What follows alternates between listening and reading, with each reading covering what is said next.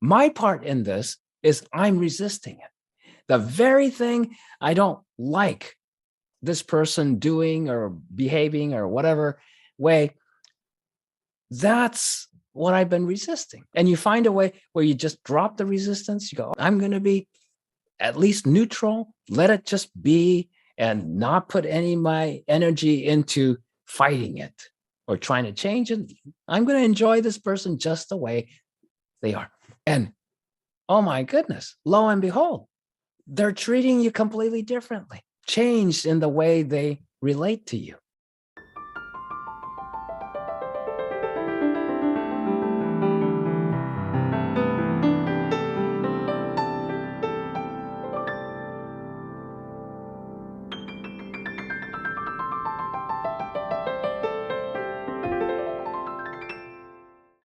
You can't solve somebody else's creations, right? And other people can't solve yours either.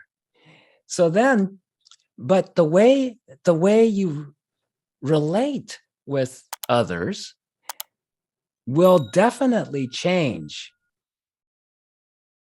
what they do. So Okay, I'm sure, yeah. The simplest example is if you resist the other person, if you resist who they are, how they are, what they're doing, whatever, it's not going to go well. That's guaranteed, right? So how often when you ended up resisting how somebody's approaching you, they might be disrespectful or mean or, whatever. And that's not what you like, but that's what they're doing. That's their problem.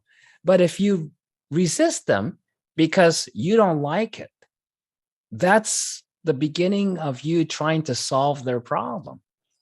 You want them to change. You want them to be the way you would like them to treat you and all that kind of stuff. And that doesn't go well and that never works. There's not a single person here or in the world who hasn't tried that and tried that multiple times. And what do they say about the thing where when something you do consistently doesn't work, why do you keep on doing that? This is one area that it seems that humanity keeps on doing the same thing of trying to change somebody else and failing every single time. The definition of insanity. Yeah, exactly. Definition of insanity. They keep on doing it, which, gee, what does that mean? Most of humanity is insane. And so then if you don't resist it, all of a sudden you might have had that experience where in the beginning you were resisting and you're like butting heads with each other and the whole bit, and it gets worse. And one day you just realize, you know what? My part in this is I'm resisting it.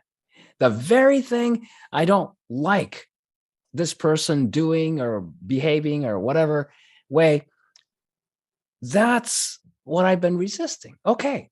And you find a way where you just drop the resistance. You go, okay, I'm going to be at least neutral, let it just be, and not put any of my energy into fighting it or trying to change it. I'm going to enjoy this person just the way they are. And oh my goodness, lo and behold, they're treating you completely differently, completely changed in the way they relate to you. Did you do something to them to change them? No, not at all. You just drop the resistance, and that person's around you. They might still be the exact same way you didn't like around other people because everybody's resisting them being that way. But you might be the first person who let them be. And in that, it opens up this whole space where they can be truer to themselves.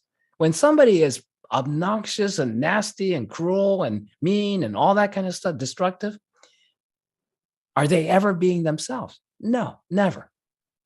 But when someone actually gives them space to be themselves more, that's sometimes the very first permission that they have to go, you know what?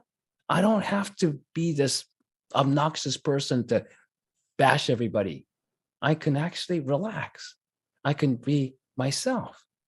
And when someone really becomes, even if they take one little step toward being more themselves, you're going to experience them as, wow, they're much nicer.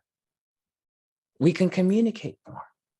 And so that's an example of, how you relate is going to have a major impact on how they relate to you. And the person who's most aware in the relationship is the one that, in a sense, you can say, controls that relationship and guides that relationship to go more in the direction that is conducive, beneficial, healing, all of that. So, yeah. And then you take it one step further, and you'll experience anytime you've held this person, God, I just can't stand it. This person's really bad. Da, da, da, da. You basically blaming them for the experience you have. And one day you decide, I've had enough of that. I don't want to continue to feel awful. And I don't want to continue to be angry and just upset. And you finally decide it's not worth it. I'd like to, I deserve happiness. So I'm not going to make them my problem. I'm just going to see it. The truth of it is, oh yeah, it's my experience that I've been fighting, not who this person is. And once you realize that, you forgive. You just go, oh, that's not the problem. What I've been unhappy about, it's not the problem. You let that all go and you forgive. You're no longer holding that person as the cause of your experience. Once you do that, there's going to be enormous transformation, both in the person and how they are. Again, even more so than before, just not resisting them. Even more so, they become more their true selves. And a person who's way, way, way been off, almost to the psycho level, yeah, it's going to take a little more than one little level of forgiveness, but that's going to open that door and allow them to move in that direction. So yes, that's how you can shift through your relationship where other people are. And everyone, no one could not be the effect of the relationship. So instead of directly trying to change somebody, you change your relationship, how you relate to the person. And through that relationship, they have to change. You're not giving them, what kept them in that same space before. You're giving them something new, freedom, and all of a sudden, they're going to change for the better. There's nothing but God's loving grace.